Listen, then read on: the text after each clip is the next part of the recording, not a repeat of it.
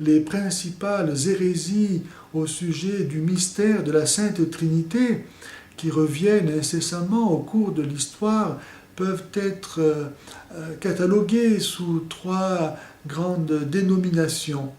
La première, c'est tout simplement le trithéisme, c'est-à-dire la croyance que la Trinité est composée de trois dieux, ce qui n'est pas le cas. La Trinité est un seul et même Dieu, le seul et vrai Dieu. La deuxième dénomination, c'est celle du modalisme, initié malheureusement par un évêque, Sabellius, au 3e, 4e siècle, et pour qui il n'y avait qu'une personne en Dieu qui se manifestait sous trois aspects différents. Mais lorsque Jésus s'adresse à son Père, il s'adresse bien à une personne distincte de lui. Et lorsque le Père et le Fils envoient l'Esprit Saint, c'est bien une personne aussi distincte d'eux-mêmes. Troisième genre d'hérésie trinitaire, c'est l'arianisme, inauguré par Arius, un prêtre d'Alexandrie au IVe siècle, pour qui seul est Dieu le Père, tandis que Jésus et l'Esprit Saint ne sont que des créatures, certes supérieures aux autres, mais non pas divines.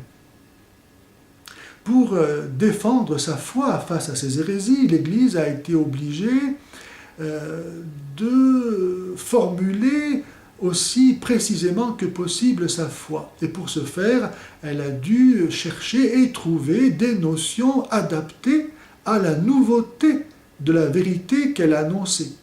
Par exemple, pour dire le mystère du Christ, qui est à la fois Dieu et homme, comment le dire? Puisqu'il est le seul à être comme cela, il n'y a pas de comparaison possible.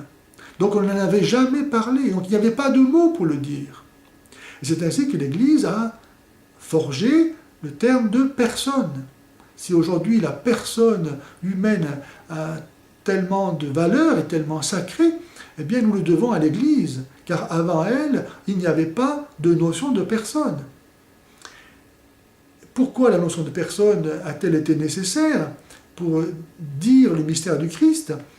Eh bien, tout simplement, puisque Jésus est à la fois Dieu et homme, et que Dieu n'est pas homme, et que l'homme n'est pas Dieu, et que pourtant il s'agit bien d'une même substance, une même réalité, comment le dire? Donc il a fallu distinguer la nature et la personne. Vous qui m'écoutez en ce moment, vous partagez avec moi la même nature humaine. Et pourtant, nous ne sommes pas la même personne. Donc on peut distinguer nature et personne. Et en Jésus, on pourra donc distinguer deux natures et une personne. Dire qu'il y a en Jésus une personne et deux natures, ce n'est pas contradictoire. On pourra aussi ainsi dire qu'il y a en Dieu une nature divine et trois personnes. Distinguer nature et personne était donc nécessaire pour exprimer le mystère de la Trinité, à partir du mystère même du Christ, qui est, lui, le révélateur du mystère de Dieu.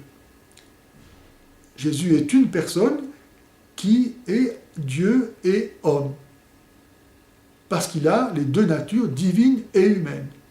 Il n'a pas cessé d'être Dieu en devenant homme, mais il est une personne, non pas humaine, mais divine. Il faut, au sujet du mystère de la Trinité, garder en mémoire 5 vérités pour être sûr de ne pas s'égarer au contact de toutes ces hérésies. La première vérité au sujet de la Trinité est qu'il y a en elle une nature, la nature divine. Deuxième vérité, il y a en Dieu deux processions. La procession du Fils à partir du Père, qu'on appelle l'engendrement du Fils, et la procession du Saint-Esprit à partir du Père et du Fils, comme étant son seul et unique principe. Il y a en Dieu, troisièmement, 3 personnes. Quatrièmement, il y a en Dieu 4 relations. La relation du Père vers le Fils, la relation du Fils vers le Père, la relation du Père et du Fils comme étant le seul et même principe vers le Saint-Esprit, et la relation du Saint-Esprit vers le Père et le Fils comme étant son seul et unique principe.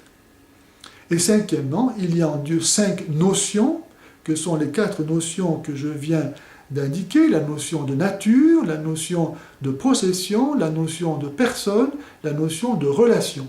À quoi il faut ajouter le fait que le Père n'a pas d'origine.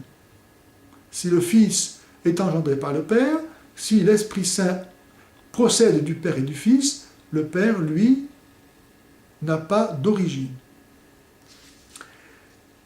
Ainsi, donc, au niveau de la connaissance de la Trinité, il nous faut garder en mémoire ces 5 affirmations pour ne pas errer parmi toutes ces hérésies.